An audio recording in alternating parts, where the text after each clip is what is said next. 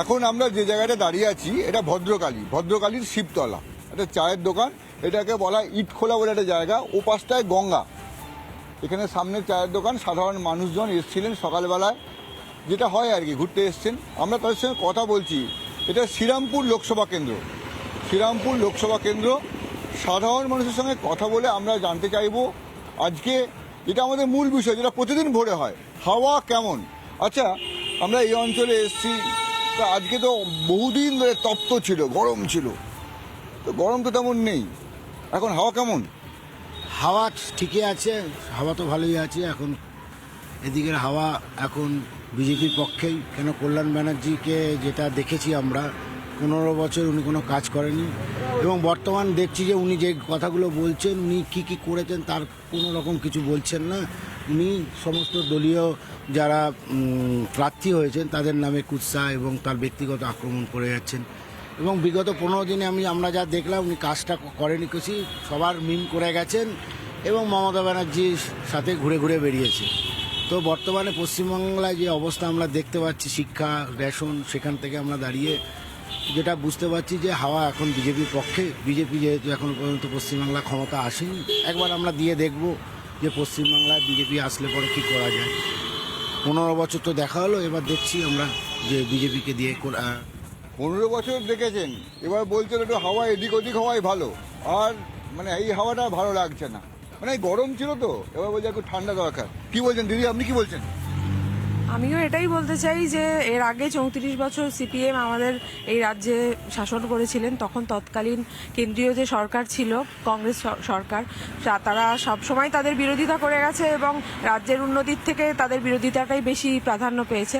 আর যদিও এটা লোকসভা নির্বাচন, এখানে সিপিএমের কোনোই ভূমিকা নেই, তবুও মানুষ হয়তো ভাবছে যে মানে আর সিপিএমের তো কোনো চান্স নেই। আর কল্যাণ বন্দ্যোপাধ্যায়ের কাজ বা আমাদের সবাই আমরা টিভি রোজ খুললে দেখতেই পাচ্ছি যে কি হচ্ছে না হচ্ছে। তো মনে হয় একবার সুযোগ তো দেওয়া উচিত কাউকে একটা। আমরা বাড়ির মানুষরাও ভুল করলে একবার তাদেরকে সুযোগ দিই, এখানে তো ভুলের কোনো প্রশ্ন নেই, বরং দেশের উন্নতি হচ্ছে, তো রাজ্যের উন্নতির কথা ভেবে মানুষের উচিত একবার ভোট দেওয়া।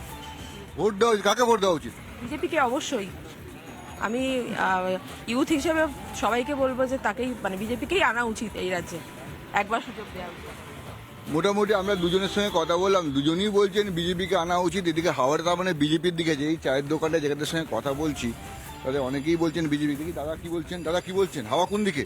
দেখুন, সবসময় ভারতীয় জনতা পার্টির পক্ষেই আছে। কারণ এই যে সংসদ 15 বছর ধরে এই শ্রীরামপুর সংসদ ছিলেন, তিনি সংসদে দাঁড়িয়ে এই শ্রীরামপুরের মানুষকে নিয়ে কোনোদিন কোনো কথা বলেনি। কেন, শ্রীরামপুর মানুষ কিন্তু শিক্ষিত মানুষ। আপনারা জানেন, জয়কৃষ্ণ মুখার্জি থেকে শুরু করে সারা এই শ্রীরামপুরে আমাদের প্রবীণ অনেক মানে মানে শিক্ষিত মানুষ এখানে থাকেন। তা সেই শিক্ষিত মানুষদের জন্য সংসদে দাঁড়িয়ে উনি কোনো আমাদের শ্রীরামপুরের সমস্যা নিয়ে বলেননি। উনি কি করেছেন, সংসদের বাইরে দাঁড়িয়ে আপনারা দেখেছেন যে উপরাষ্ট্রপতিকে নিয়ে কীভাবে ব্যঙ্গ করেছে। আপনি দেখেছেন যে এই উত্তরপাড়ার শিক্ষিত মানুষদেরকে একের পর এক যে দিল্লিতে দাঁড়িয়ে অপমান করেছেন। আমি মনে করি এইগুলো করা মানে মানুষকে অপমান করা। তাই এবার আমরা সকলেই ঠিক করেছি, আমার পরিবারও ঠিক করেছে, এবার ভারতীয় জনতা পার্টিকে পদ্মফুল চিহ্ন ভোট দিয়ে কবীর শঙ্কর বসুকে আমরা নরেন্দ্র মোদীর হাতে তুলে দেবো। আর একটা জানেন আপনারা ভালো করে, প্রধানমন্ত্রী যেরকম গরিবকে নিয়ে, সাধারণ গরিব মানুষকে নিয়ে যেমনি ভাবনা চিন্তা করেন, তেমনি দেখেন যারা বিদেশে তারা থাকেন, আপনারা দেখেছেন ইউক্রেন এবার রাশিয়ার যে ঝামেলা দেখেছেন, তার ভেতরে কিভাবে যে আমাদের শিক্ষিত সমাজের যে মানুষগুলো ওখানে পড়তে গেছিলেন, সেই যুদ্ধর মধ্যখানে সেই ছেলেগুলো প্রত্যেকটা বাড়িতে, ভারতবর্ষের প্রত্যেকটা বাড়িতে তাদেরকে বাড়িতে পৌঁছেছেন। এর জন্য আমি প্রধানমন্ত্রীর কাছে কৃতজ্ঞ। আমি সাধারণ মানুষ হিসাবে অবশ্যই পদ্মফুলকে ভোট দেবো। নরেন্দ্র মোদী এবার আবার 400 পার করে প্রধানমন্ত্রী হবেন। এই জায়গাটা মনে হচ্ছে একটু বিজেপির সংখ্যাধিক্য। আমি হাওয়া কেমন জিজ্ঞাসা করলাম, এরা বিজেপির কথা বলছে। আপনি কার কথা বলেন? আমি হাওয়া কোন দিকে? যেমন গরমের পর ঠান্ডার আবহাওয়াটা সকালবেলা আপনারা পাচ্ছেন, ঠিক তেমনি তৃণমূলের গরম হাওয়া থেকে আমার মনে হয় বিজেপির ঠান্ডা হাওয়াটাই দরকার আছে। বিজেপির মধ্যে ঠান্ডা হাওয়া খুঁজছেন, আপনি কি বলছেন? ওই আমাদের বিজেপি চাই, দরকার বিজেপি, ঠান্ডা হাওয়া চাই। হ্যাঁ, বিজেপি। এখানে যেটা দেখলাম, আমার মনে হয় এই চা দোকানটায় যারা বসে আছে তাদের অধিকাংশই বিজেপি সমর্থক। সেই জন্য হাওয়া কোন দিকে বলতে গেলে তারা সব বিজেপির কথা বলছে। অন্য কোনো হাওয়া নেই নাকি এদিকে, খালি একই হাওয়া? কি বলছেন? মাননীয় সাংসদ কল্যাণ ব্যানার্জি গত 15 বছর ধরে বিগত 15 বছর ধরে শ্রীরামপুরে শুধু অকল্যাণ করে গেছেন। এবার মোদী সরকারকেই চাই।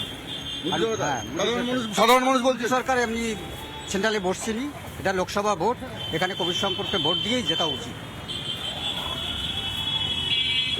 এই অঞ্চলটা ভদ্রকালী, এই অঞ্চলটা অধিকাংশ মানুষের সঙ্গে কথা বললাম, আরো অনেকের সঙ্গে কথা। আপনি কোথায় এসছেন? কোথায় যাচ্ছেন আপনি? মিছিলে যাচ্ছি।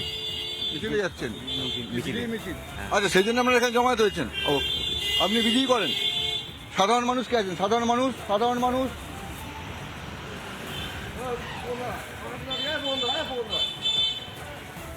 তো এখানে সাধারণ মানুষ এবং কর্মী সমর্থক সবাই মিলেমিশে একাকার হয়ে গেছে।